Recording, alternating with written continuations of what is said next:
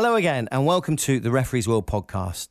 Now, normally we don't start this way. However, I would just like to point out that this particular episode was recorded in February. And since the recording of this episode, we have had changes in government restrictions. So some of the material that we do discuss may appear to be slightly out of date. However, what I can tell you is that grassroots football will return at the end of March 2021, which is great to hear as well. However, there are a few things that are still uncertain. And these are the kind of things that we will go into discussion about in this episode of Referees World. Thank you for listening. This is Referees World with Darren Cullum and Richard Mellin. Hello again and welcome to another episode of the Referees World podcast, which offers training and education for referees of all levels. You can now listen to our weekly podcast every Friday from 5 p.m. And now you can listen to our complete back catalogue by clicking the Listen Again section of the website, refereesworld.co.uk. Don't forget to enter your email address into the subscribe box and then we'll notify you every time there's a new episode or indeed some news that you need to know about. My name's Darren Cullum and I'm a Level 5 referee affiliated with Somerset FA, and this is PGMOL Observer and Southwest Pool Observer Coordinator Richard Mellin. I always trip up on your titles, Rich. Thanks for repeating them, Darren. They're starting to flow quite well off your tongue. Well, I don't know, it gives you an air of distinguishment. I think my grey hair does that now. That's a good point. So just to put you in the picture here, we're recording again on a Saturday morning in February, and temperatures are not great, and we're still in lockdown. We've just finished recording our interview that we did with Jan Ter Hamsel from the Dutch Referee blog, and that will hopefully give you a sense of time and day. So with this particular episode, it's just going to be back to me and you, because we've been so busy with guests over the last recent few episodes, Rich. Let's get back to basics. Yeah, let's do a Darren and Rich podcast then. This is Referees World with Darren Cullum and Richard Mellin. OK, so we're still in lockdown, as we've said. Rich, before we start, what rumblings are you hear, if any, about football coming back this season? This season, I suppose, is there's no date.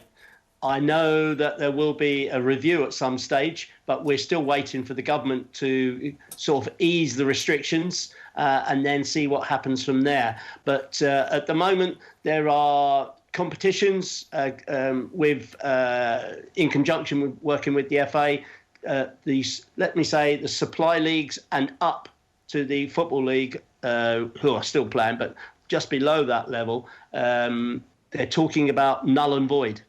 And that's not the outcome that we want, but it probably has to be a sensible decision in the end, and maybe null and void is the sensible decision. I can't tell you, because, like I say, I listened to the Toolstation podcast, Toolstation Western League podcast, and Chairman John Paul talks about null and void on that, but he can't make a decision. He's only going with what's happening at the moment with the meetings that they're having with the FA. And so we just have to wait and see what happens. It's a tricky one, really, isn't it? Because you're going to have some referees which are thinking, well, that's going to scupper my plans for any promotion that I may have. And then you're going to have others that are going to be purely disappointed because they felt they were on a good streak, and that's all been put to the side. So it may have a knock-on effect with mental health issues as well. I suppose there's a serious issue, isn't there? Of course, the well-being side of it, mental health issues are all there in the discussion pot. And the only thing I look at is if I separate refereeing from playing. With playing, the clubs at Supply League, contributory and above, there are promotions involved, demotions involved, promotions and relegations involved. Players are on contract. So there are decisions to be made there by the clubs, which, is hugely important to them. As regards refereeing, if I talk about what I know as regards level 4 stuff, we have to have a level playing field for our referees. And so consequently, how many games have some of our level 4 referees done? What chance have they got of progressing? So it all has to be discussed in there. And who's to say that they may say there will be no demotions in the refereeing criteria or no promotions at lower levels. But what they may do above that, I cannot make comment because I don't know, and it'd be foolish to sort of speculate on it and start rumours which could be, unfair. That's the thing. You don't want to be starting rumours and saying things that you don't know anything about, because then that's when rumours turn into rumour mills and so on and so forth, and then bad feelings starts to appear. We don't want any of that. So we've got to look forward, be positive. It's going to be an interesting situation when the games do go back and referees do get back out on the field of play, and how each individual referee deals with a game in terms of fitness, in terms of remembering the laws of the game, the basics and stuff, because after a long period of time out of it, you can get rusty. And I can say that through experience, having had 4 years out of the game and coming back in October last year. And I know that I had to have a good sort of 2 or 3 months warm-up before I was anywhere near to where I potentially was before I finished. Well, I remember that cold, wet, I think it was October afternoon, might have been September, and it was a real cats and dogs afternoon. I think I described it like that when I came out and watched it, because I had nothing to do on that particular afternoon, and respecting lockdown, which I have done. You gave me the opportunity to sort of come out and have a watch locally, and it was necessary for you to go through those half a dozen games just to get in a good rhythm again, wasn't it? And I think that's what we all need as referees who have been inactive for so many months. I don't believe that football can start, if let's use this as a chance, half chance, probably no chance. If we were to start in the middle of March, how many games, how many practices, how much training do we need to do as referees to get back in the good rhythm, in the good, because accuracy, management, teamwork, they all come in to the referee demands, expectation. Players will go out there, they may have had 2 or 3 training sessions midweek. What are our referees doing? I'm trying to support referees that I know locally just by posing a couple of questions, sending them out little bits and pieces, sending them a match video to have a look at, and just to get them in that mode of making decisions. And so consequently, it is going to be tough, and it's not going to be an easy. As easy as what we like it to be. I think we should potentially work on some top tips or some ideas for people to start getting used to, going back to the basics and talking about it on the podcast, so it just refreshes people's memories as we approach that time when potentially games may start to happen again. What do you think about that idea? Yeah, I go totally along with that, Dar, because giving tips, giving advice, giving guidance is what we're about as the Referees World podcast. And how many times have I said this? Probably every podcast for the last half a dozen podcasts. We always need to refer back to the basics. We talked about the basics when we done our last podcast, just you and I, before we started talking to Lee Probert. Lee mentioned going back to the basics. We then done podcasts with Andy Garrett, and Andy Garrett talked about the basics. We all need to rely upon and remember the basics. And it is quite straightforward as that. I tell you, one of the big things that came out of listening to the second episode with Andy Garrett was him practicing his flag techniques in front of the mirror. Honestly, mate, that for me is genius, and it is so simple. And it's just like when I said to him, a ballerina, a dancer practices in front of the mirror to see how they get... Yeah. And it's exactly the same. I tell you what I should have asked him at the time was he actually dressed in his referee kit at the time? Yeah. Was it a tutu or a pair of referee shorts? Oh, brilliant. Andy, if you're listening, there's an image as well. Sorry, Andy, I didn't say that. No, you're not sorry at all, mate. Let's be honest about it. But yeah, it is going back to the basics, and it is tips like that. And if we can offer those as part of the Referees World podcast, then hopefully it will help referees sort of just refresh themselves before they go back out on the field of play, Rich. Let's go down to some real basic stuff now. Some of our referees, level 7s, could be their first season, might be their second. They're looking for promotion to 6. We got level 6s looking for promotion to level 5.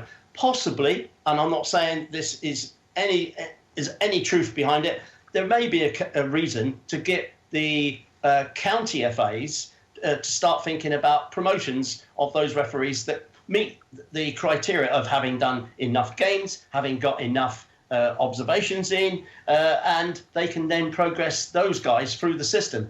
But above that, from level 4 upwards, I'm not sure that there will be much movement on the referee merit table.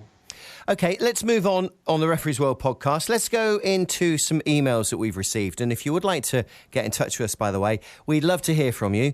You can do a search for the website, first of all, and get in touch that way. Just search the Referees World podcast. We've done a little bit of work on the website recently, so now you can listen back to our complete back catalogue. To this point, I think it's 70 episodes or 71 episodes, I think it is, over 10 years. So there's a lot for you to dip into and hopefully learn from as well. And when you're there, there's a little subscribe button. Just pop your email into there and then you can subscribe and listen to us. You'll get a little email when we've done something new or we've got a little bit of news for you. Now, here's an email from Macaulay Unwin. He says, "Hi, guys. Hope you're both well in these strange times. I'm a relatively new ref at the age of 26, possibly too old to make it to the Football League." Well, actually, no, I don't think so, because Andy Garrett was saying, wasn't he? He was 36 when he made it. But he goes on to say, "I'd like to see how far I can go. I've loved listening to the podcast over recent weeks. My ears pricked up in particular when you were joined by Rob McDonald, who was talking about the St George's Park training camp, which obviously you were a part of, Rich, and obviously you arranged. So I was wondering whether or not this was something that was run on a regular basis and that was something we could look into." We are going to focus on doing St George's Park training camp again for referees. At the moment, there's no date set, but we're looking towards the end of July. We don't know when the next season is going to start for any club in the country. So we have to be sort of flexible with our dates and setting things up. Remind me anything else that came in there, because I've already forgot that. What, in terms of what Macaulay's asking? Oh, he said about being too old at 26. No way. No. I started refereeing much older than Andy, actually, because Andy was 21 when he started refereeing. I was 28, 29, and I managed to get to the Football League, and I was 41 when I got to the Football League. So in answer to Macaulay's comment, you're not too old, Macaulay. 26 isn't a bad age. You've got mature years in life, mature years in football to learn a little bit, and I would say, if you've got aspirations to move to the higher areas of football, then take on the challenge. Interestingly, Andy Garrett was saying that he retired at 57. So if you look after your fitness and one thing and another, then the world is your egg. Yeah, and just to say, Andy retired at 57. Andy retired from the Premier League at 57. Yeah, so not just local football. Andy was on the Premier League, and he was 57. His last game, Norwich City, I think he said, didn't he? Yeah, I think so. Yeah, Norwich City. So there is opportunity there if you have aspirations to push on, and the desire to sort of get involved. And if, as Macaulay certainly sounds like he has, then we welcome his involvement. And if he needs any support, he just makes contact with us. Our next email is from Adrian Berry. He's basically saying, "Hey, this is my first season as a 4 and the pace has certainly ramped up. Player expectation is key. Must give the mandatories and be fit. Handball is a tricky one. I was in an excellent position just outside of the box when the striker shot on goal and the defender did a sliding block but put his hands above his head. Due to good positioning, I blew for the penalty immediately. The defender was rolling around on the floor holding his head and I was under a lot of pressure. The physio made an attempt to come onto the field and I said no. I knew the player was faking it. As he got to his feet with players giving me grief, I gave him a quick yellow card for deliberate handball. This incensed the defending captain. I was just about to give him a 10-minute break in the sin bin when the player getting to his feet said, 'I wish I did hit me in the face.' The skipper then apologised. He stayed on the field and we all had a good tight game. This is my third full season in the middle, 7-5, then 5-4. And at 49, I feel like I'm 29.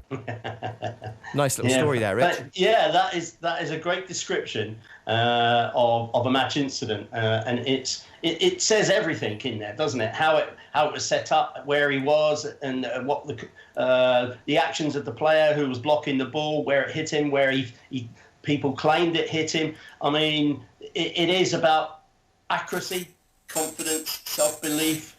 If you've got any doubt when you see these incidents, or you may be sort of half obscured from seeing what goes on, just run it through your mind again before you finally make a decision. You don't have to make split-second decisions on everything that goes on, because sometimes split-second decisions could be wrong decisions. So I'm not saying take an age to make your mind up if it's a throw-in, but just, calmly control yourself, know what you've seen, know who played the ball last, and give your signal. And as Adrian says, in this case, he gave a penalty.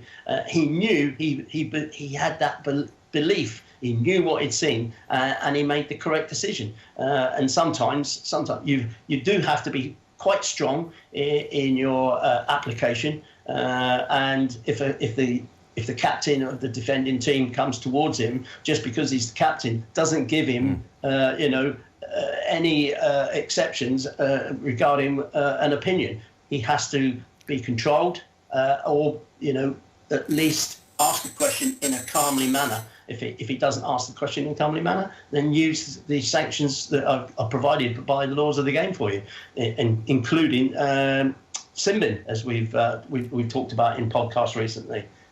So there's a lot out there to learn. There's a lot out there to do. And going back on what Adrian said, as regards the pace has ramped up. Certainly, don't underestimate the pace when you step up a level. And that goes for any level. He stepped up from level 5 in Wiltshire, and he's now level 4 in his first season. He will find the demands are different, because the game is still the same. It's still the same rules, but the players expect. The player's ability is different. It's better. And that happens at the next level as well. When you go 4-3, 3-2, 2-1. It's forever pushing the boundaries of challenge towards the referee. So don't underestimate.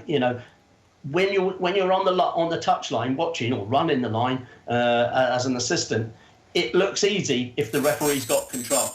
But don't think it's easy when it's out there just because you're in the middle. It will challenge you. And like I say, there's plenty of guidance, plenty of tips, plenty of help. If you guys are listening to this, if you need that help, just ask, and we'll willingly give every assistance that we can. And one more email from Jerry Whitcomb, who says, having watched several matches recently, it's become apparently that this rule in the Premiership and Championship does not apply to this offence while the players are in the penalty box. Have seen referees caution players when offence happens in normal play, but as soon as they're in the penalty box, never seen one given. In fact, once saw attacker's shirt nearly pulled off his body. No decision by the referee. Have I missed the part of the laws of the game regarding this offence? It might be a good topic to talk about. That's from Jerry. Jerry, Hello, is a can of worms. Hello, Jerry. I haven't seen Jerry for a few years, but I know Jerry's based in Bristol. So nice to hear from you, Jerry. The issue of holding shirts, wherever it may be on the field of play, penalty area or not, it does have that challenge for obvious reasons. But just because a player is holding a shirt, is he actually pulling the shirt? Pulling the shirt has a different impact on the ability for the player who has the ball to progress. So I don't want to sound contentious here, but think about holding and think about pulling. There are different ways of holding. Holding with the shirt with the hand may not be as strong, as aggressive as pulling the shirt. Look at how that happens. There's a difference when you're holding a player with your arm wrapped around his waist or something like that. There's a difference in holding. So try to recognise that, guys. Holding and pulling, yes, they are penal offences, but look at how the impact of it happens. And this is what goes through a referee's mind. Do I need to blow the whistle for every piece of contact?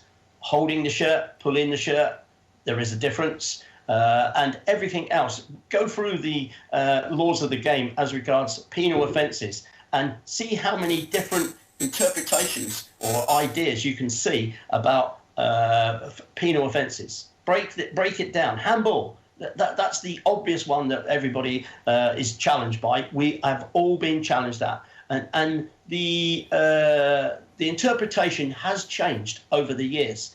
The harsher interpretation is applied by Football League and the Premiership referees, and that is expected there.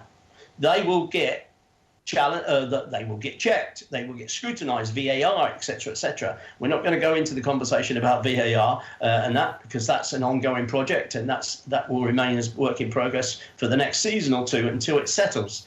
But handball is a challenge for all of us. Look at the guidance that's given in IFAB book. Look at your own ideas. Have a look at some clips of handball. If you want some clips of handball, we can put something on the blog or on our website and give an idea of where the ball hits. Would you penalise? Where is the arm? Is it down by the side? Is it in an unexpected position? I think we had this conversation the other week there on the telephone, didn't we? Yeah, I think it's a great idea, actually, to add some stuff like this onto the website. We can do, we could probably put some stills up, which is probably the easiest thing, but the stills don't always indicate the actual movement of the arm, but it is the movement of the arm. Is the player trying to take his arm out of the way of it being hit by the ball? That has to be considered. If he's taking his arm out of the way of being hit by the ball, is that still a handball offence? He's trying to avoid handball. Surely we should be recognising that as a player, part of skill of trying, I don't want a handball, I'm taking my arm out of the way. But unfortunately, the pace of the game, the speed of the ball, movement, will still hit the arm. So are we still penalising it? Should we still penalise it? And this obviously comes down to your game management and your game techniques as well. There are, as you've already mentioned, some referees that would probably stick to the law of the game all the way through. But is that good for the game and how the game would flow? Sometimes on a pacey game, in a cup final perhaps, no, I think you'd actually do yourself more injustice than justice. Yeah, I mean, you talk about the pace of the game and everything else, the enjoyment, etc., etc. Of course, that's why we're out there, to enjoy a game of football, whatever our role is. But the pace of the game can be a little bit manic, can be hectic. And so consequently, the referee, with his knowledge of the laws and understanding game management, recognising the tempo and the temperature of the game, then free kicks do help control. It does calm players down. It does slow the tempo down slightly.